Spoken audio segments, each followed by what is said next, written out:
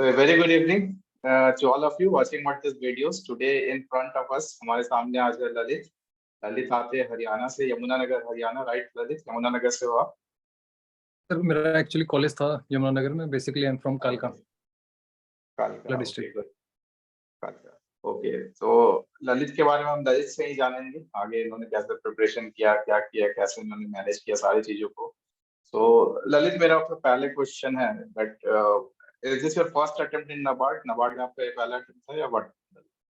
Sir ये मेरा first attempt रहा है नाबार्ड में और शायद थैंक यू आपकी वजह से ये पहली बारी में क्लियर हो गया।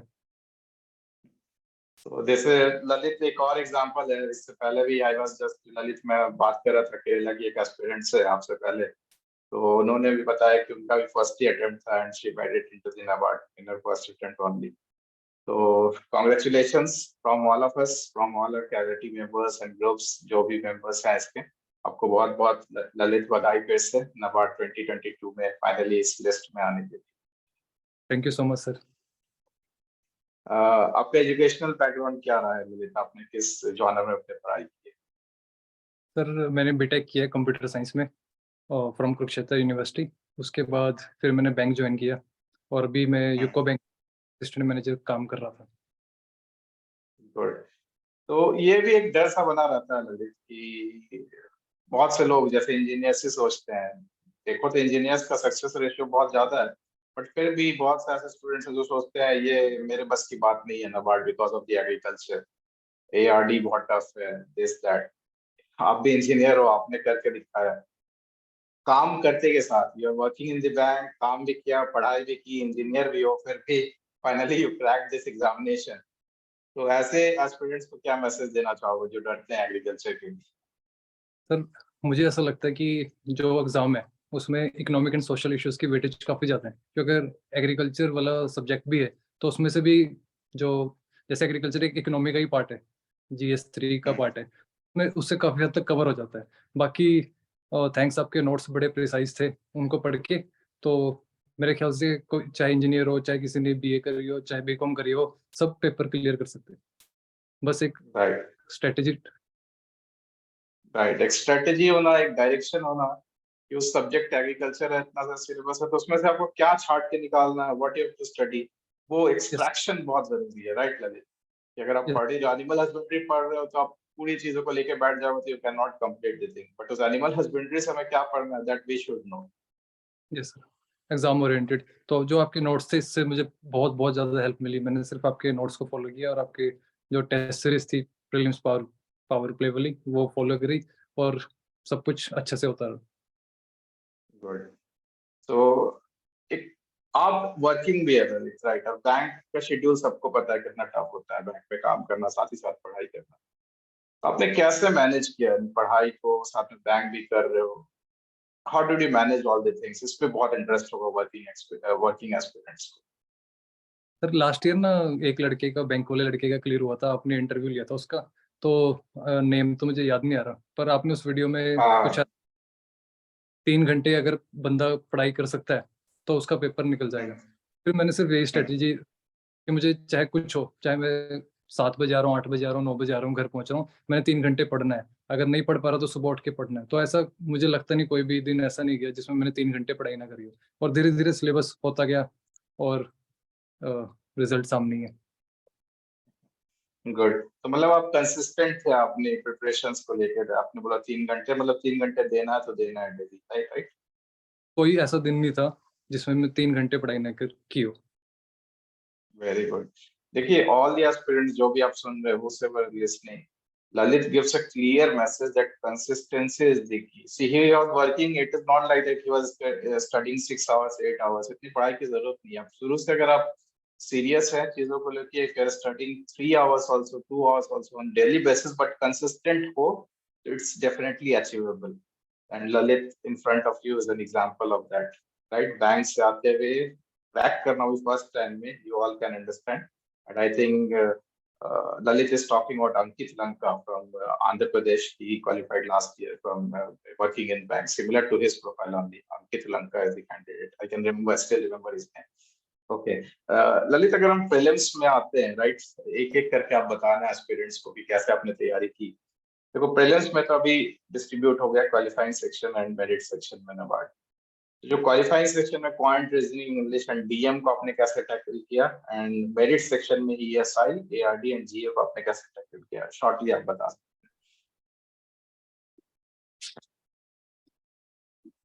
सर एक्चुअली पहले मेरी जो स्टडी काफ़ी मतलब थोड़ी स्कैटर्ड वे में चल रही थी, तो मैं विजन आईएएस की मैगजीन भी कर रहा था और जो विजन आईएएस के जो डेली न्यूज़ आती है वो भी कवर कर रहा था। पर बाद में मुझे लगा इतना सब कवर करना पॉसिबल नहीं है, क्योंकि आपने भी शायद एक क्लास में बताया कि हमें अपने सोर्सेज लिमिटेड रखने चाहिए। तो फिर मैं सोचा इतना ज़्यादा मैं प्रीलिम्स से पहले तो रिवाइज कर नहीं पाऊंगा और इतना कुछ याद भी नहीं रह सकता। फिर मैंने सोर्सेज लिमिट किए। मेरे पास जैसे मैंने पीआईबी कभी ऑफिशियल वेबसाइट से नहीं पढ़ी। मैंने जो आपके प्रीलिम्स के पावर प्ले टेस्ट थे वो बार-बार रिवाइज़ किए। मतलब मुझे लगता है मैंने 5-5 6-6 बार पेपर से पहले रिवाइज़ किए और उससे मतलब स्कीम्स भी कवर हो गई, ईएसआई भी कवर हो गया, एआरडी भी कवर हो गया। मतलब मेरा तो यही मोटिव था कि मुझे बार-बार रिवाइज़ करते जाना है।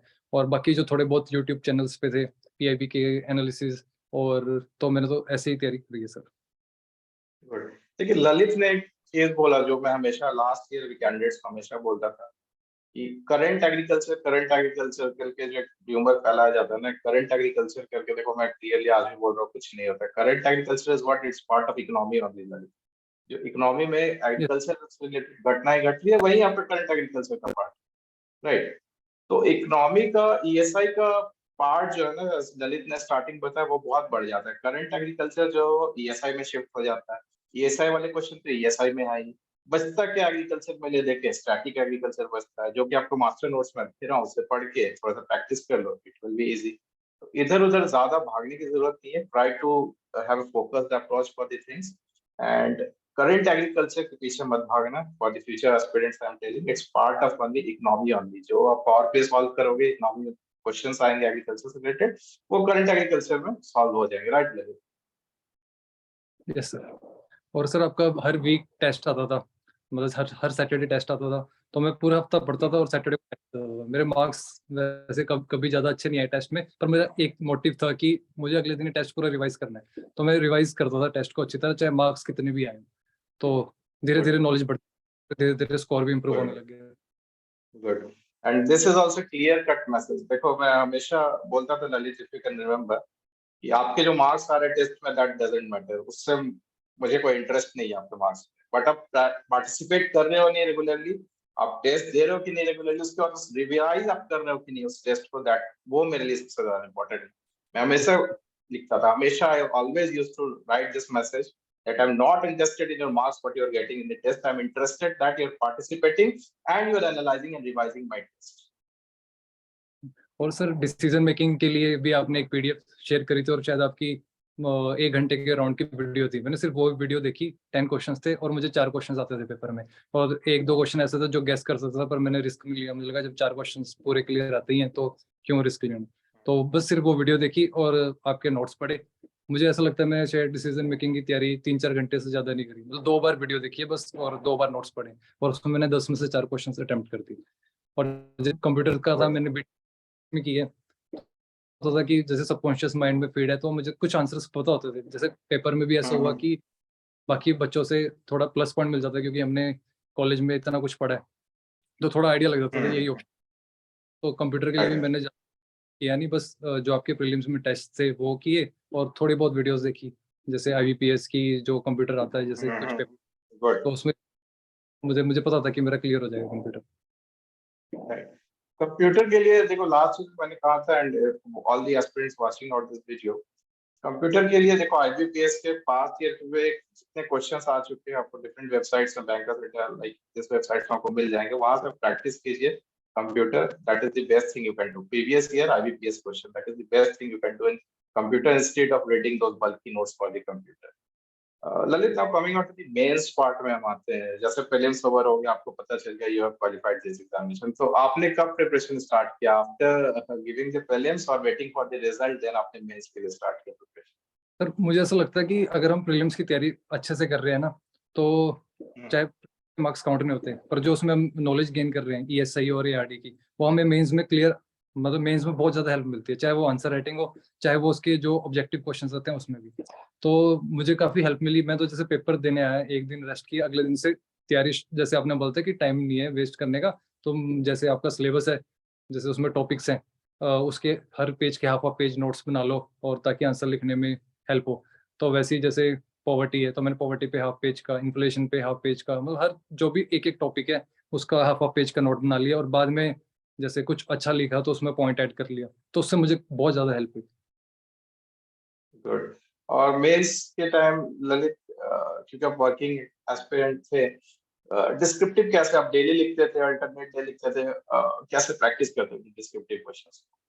Sir again thanks to you, जो आप एक क्वेश्चन अपडेट करते थे, एक या दो क्वेश्चन, तो मैं जैसे रात को प्रिपेयर कर लिया उससे टॉपिक से रिलेटेड, आप बता देते थे कि अगले दिन अगर पॉवर्टी पे क्वेश्चन आएगा या सोशल इंफ्रास्ट्रक्चर पे क्वेश्चन आएगा या किसी भी चीज़ पे आएगा, तो मैं थोड़ा सा प्रिपेयर कर लेता था इन्फ्लेशन पे। तो अगले दिन सुबह उठ के मैं कोशिश करता था, पर मुझे ऐसा लगता है कि जो जैसे आपने बताया, पेपर से एक दिन पहले भी बताया था कि सबसे पहले मैं इंट्रोडक्शन लिखता था। इंट्रोडक्शन में कोशिश करता था कि डाटा से स्टार्ट हो। जैसे हमारे एग्जाम में भी क्वेश्चन आया था, एक मत्स्य संपदा वाला, एक पब्लिक डिस्ट्रीब्यूशन सिस्टम वाला। तो मैं इंट्रोडक्शन में पब्लिक डिस्ट्रीब्यूशन सिस्टम में लिखा है, जैसे इंडिया के जो ग्लोबल हंगर इंडेक्स में रैंक 101, मुझे प्रॉपर याद नहीं आ रहा कि कितना, वहां से स्टार्ट किया। और कंक्लूजन में मैंने लिखा वे फॉरवर्ड, जैसे गवर्नमेंट का one ration, one nation one ration card, और फोर्टिफिकेशन ऑफ फूड, जो मतलब आगे प्रोसेस हो सकते हैं। तो मेरे इंट्रोडक्शन कंक्लूजन में अच्छे से लिखता था, और जो क्वेश्चन पूछा गया वो बॉडी में लिख देता था, और उसमें भी पॉइंट्स फॉर्मेट में लिखता था। जैसे जैसे आपने अपनी क्लासेस में बताया था कि हेडिंग होती थी, हेडिंग के आगे पॉइंट। जैसे अगर कुछ पॉलिसी मेकिंग में दिक्कत है तो वहाँ लिखूंगा एडमिनिस्ट्रेटिव, ठीक है। अगर मतलब मल्टी डायमेंशनल सोचता था कि जैसे अब ग्लोबलाइजेशन का भी क्वेश्चन आया था, तो उसमें मुझे पता था कि मैंने एग्रीकल्चर के बारे में लिखना ही है, बेनिफिट्स ऑफ ग्लोबलाइजेशन, कि इंडिया वेब एक्सपोर्ट कर रहा है काफ़ी चीज़ों में। तो मैं बुलेट पॉइंट्स में मतलब हेडिंग लिखता था, और साथ में पहले दिन से मैं यही कोशिश कर रहा था। तो धीरे धीरे उसी वे में अपने आप ही दिमाग चलने लगे, और मेंस एग्जाम में भी वैसे ही मेरे अपने आप से हेडिंग बनती गई। जैसे मैं पहले सोचता क्लाइमेट हो गया, फिर पॉलिटिक्स हो गया, उसके बारे में सोच लेता था। मतलब अपने आप ही पॉइंट्स याद आते रहते थे उससे रिलेटेड। मेंस में डिस्क्रिप्टिव पेपर में Lalit, how was the paper? मतलब did you satisfied the word limit? कितने वर्ड्स के कोई आंसर्स पूछे जाते हैं, वर्ड लिमिट में आपका क्या था एग्जामिनेशन में? सर वर्ड लिमिट तो पूरी हो नहीं पाई, पर हाँ, जैसे अगर 600 वर्ड्स का था तो मैंने उसमें अराउंड 450, 430, 440 कुछ इतने वर्ड्स लिखे थे। और जो 400 का था उसमें 330, 340।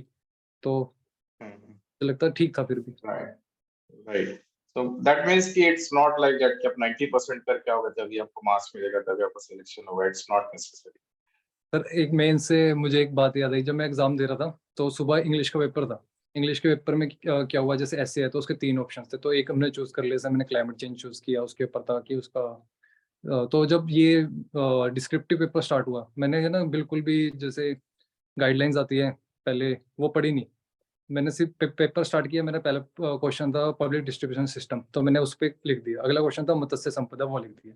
जब मैं तीसरा क्वेश्चन करने लगा एनआरएलएम, तो मेरे दिमाग में थोड़ा डाउट हो गया कि कहीं मैंने जो दो ऑप्शन में से दो क्वेश्चन में से एक करना होता, मैंने दोनों ही तो नहीं वही अटेम्प्ट कर दिए। तो फिर थोड़े वो जो पढ़ लेना चाहिए, पर वो तो चल किस्मत से फिर मैंने ध्यान से देखा, पर उसमें 3-4 मिनट थोड़ा दिमाग डिस्टर्ब हो जाता है। मुझे लगा कि वो ऑप्शन से एक करना, तो मैंने दोनों वही अटेम्प्ट कर दी हूँ। पर उनका इंटरफेस इतना अच्छा था कि जो क्वेश्चन ले लिया तो दूसरा अटेम्प्ट नहीं कर सकते थे उसमें। जैसा कि पब्लिक डिस्ट्रीब्यूशन सिस्टम और क्वेश्चन था, तो वो अटेम्प्ट नहीं किया जा सकता था एग्जाम में। तो काफ़ी अच्छा इंटरफेस था इस बार। Okay, good. And English, how is it preparing? English का पेपर कैसा होता है? इंग्लिश को लेकर भी काफी डर रहता है, अनसर्टेन रहते हैं मार्क्स इसमें। कैसा रहा था इंग्लिश? अभी मार्क्स आएंगे, पर मैंने सारे, जैसे आपने बताया कि सारे शॉर्ट सेंटेंसेस बनाए थे, तो मैं उस चीज़ का काफ़ी ध्यान रखा कि लॉन्ग सेंटेंसेस नहीं बनाने, क्योंकि जितने लंबे सेंटेंसेस होंगे तो एरर का उतना ज़्यादा चांसेस होंगे। तो मैंने काफ़ी शॉर्ट सेंटेंसेस बनाए और कोशिश करी कि जहाँ कॉमा वगैरह ना हो। और हाँ, एक चीज़ और, जैसे आपने बोला था कि हमें ऐसा लगता है कि जैसे हम नॉर्मल लिखते हैं तो ध्यान नहीं देते। जैसे मेरे कुछ वर्ड्स की बहुत गलती होती थी, जैसे बेनिफिट के स्पेलिंग BENE या BENI। तो जब वहाँ रेड मार्क आता तो सोचता था ये BENI होगा, BENE होगा, डेफिनेट कैसे। तो जब प्रैक्टिस करते हैं ना, तो धीरे धीरे अपनी गलतियाँ पता चलने लग जाती हैं और बंदा उसे इम्प्रूव। तो ये है कि प्रैक्टिस इंग्लिश की बहुत जरूरी है, क्योंकि अगर बंदा सोचे मैं सीधा ही लिख लूँ तो उसे बहुत सारी गलतियां ऐसे पता नहीं होती। जैसे गवर्नमेंट के स्पेलिंग सबको पता है कि RN आता है, पर टाइप करते हुए मुझसे M स्पेलिंग पता होने के बावजूद भी एन मिस हो जाता था। तो जब बार-बार बंदा रोज़ सुबह आधा घंटे, जैसे आपने बोला था कि जब मेंस का रिजल्ट आया, प्रीलिम्स का रिजल्ट आया कि रोज़ सुबह आधा घंटा उठ के आपको इंग्लिश को देना है, तो मैं रोज़ आधा घंटा लिखता था। तो शायद इसी वजह से ठीक आया result. He has followed everything. I think whatever I said, he has followed everything. That's why, because इतना easy नहीं होता working aspirant के लिए selection, so I can definitely make it out. Okay, Lalit, interview के बारे में आपका एक्सपीरियंस कैसा रहा था पूरे नवाड? सर इंटरव्यू मेरा, मुझे ऐसा लगता है मेरा सबसे बेस्ट जो पार्ट था मेरा इंटरव्यू हुआ, और उससे 1 वीक पहले आपने मॉक टेस्ट लिया था, जो कि मतलब बिल्कुल इसी पैटर्न पे था, तो काफ़ी ज़्यादा मतलब सही रहा इंटरव्यू। और इंटरव्यू मुझे पूरा याद है, अगर आप बोलो तो मैं अपने सारे क्वेश्चंस बता सकता हूँ, क्या-क्या पूछे और उनके आंसर्स पर थोड़ा लास्ट वाला लंबा। का आंसर बताओ, that you have given one Sarvodaya वाला आंसर जो तुमने दिया था and you called me and you told me about that, इसके बारे में थोड़ा बताइए। सर ने जब लास्ट में पूछा कि do you want to highlight something, तो मैंने परमिशन मांगी, sir can I add something, तो सर ने बोला यस श्योर। तो मैंने बोला sir according to me, according to my observation, कि नाबार्ड ने ब्यूटीफुली इंटीग्रेट किए हैं 3 मॉडल्स ऑफ रूरल डेवलपमेंट, जिसमें फर्स्ट मॉडल था गांधी जी का model of self reliance and Sarvodaya, जो कि वो कर रहा है एफपीओ एंड एसएसजी की हेल्प के थ्रू।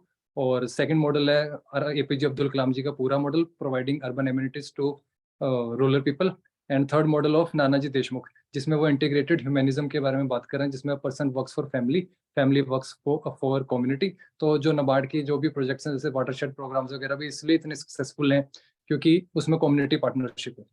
तो मैंने कुछ ऐसा सा बोला था, मुझे प्रॉपर याद नहीं आ रहा, मिलता जुलता। You told me that day. उसी दिन मुझे सुन के लगा कि नहीं, that's great, and मैंने तुमको तभी फीडबैक दिया था, राइट, कि you will be getting, and let's the marks comes, मुझे लगता है you will be getting one of the highest marks in interview as well. बहुत अच्छा हुआ था इंटरव्यू तुम्हारा। इंटरव्यू तो अच्छा हुआ, पर मार्क्स आएंगे तो देखा जाएगा। उसके अलावा भी मैंने काफ़ी एग्जांपल्स दिए थे, जैसे उन्होंने मुझसे एक क्वेश्चन ये भी पूछा था कि जैसे उन्होंने क्लाइमेट चेंज से रिलेटेड पूछा, तो मैंने जीवा प्रोग्राम बोला, जैसे क्रॉस क्वेश्चन आगे आगे होते रहते हैं। तो उन्होंने चेयरमैन सर ने पूछा कि श्रीलंका में ऑर्गेनिक फार्मिंग की वजह से पता आपको क्या हुआ था, तो मैंने बताया कि हाँ, वहाँ पे ऑर्गेनिक फार्मिंग कर दिया, नो फर्टिलाइजर यूज नहीं करेंगे, तो क्या इंडिया में करना चाहिए? नहीं। तो मैंने बताया कि सर जैसे सुभाष पालेकर जी ने बोला है कि नेचुरल फार्मिंग के में जैसे ऑर्गेनिक फार्मिंग में 3 साल लग जाते हैं उतना ही प्रोड्यूस आने में, पर जो नेचुरल फार्मिंग है जिसमें उसमें 1 साल में उतनी प्रोडक्शन आने लग जाती है, अकॉर्डिंग टू सुभाष पालेकर। और उन्होंने फिर डिफरेंस पूछे थे ऑर्गेनिक, तो मैंने काफ़ी ज़्यादा एग्जांपल्स दिए थे। तो मुझे ऐसा लगता है एग्जांपल्स भी दिए थे। अब काफ़ी टाइम हो गया इंटरव्यू को, तो मुझे प्रॉपर अभी याद नहीं आ रहा, पर अब मुझे ऐसा लगता है That's enough. तो फिर अच्छे मार्क्स आने के चांसेस ज़्यादा रहते हैं।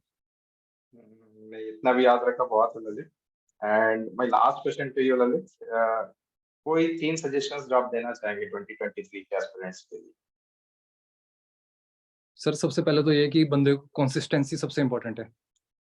चाहे ये नहीं कि एक दिन आप 6 घंटे पढ़ो, 7 घंटे पढ़ो, उसका कोई इतना लॉन्ग रन में फ़ायदा नहीं होगा। आप 3 घंटे पढ़ो, पर रोज़ पढ़ो।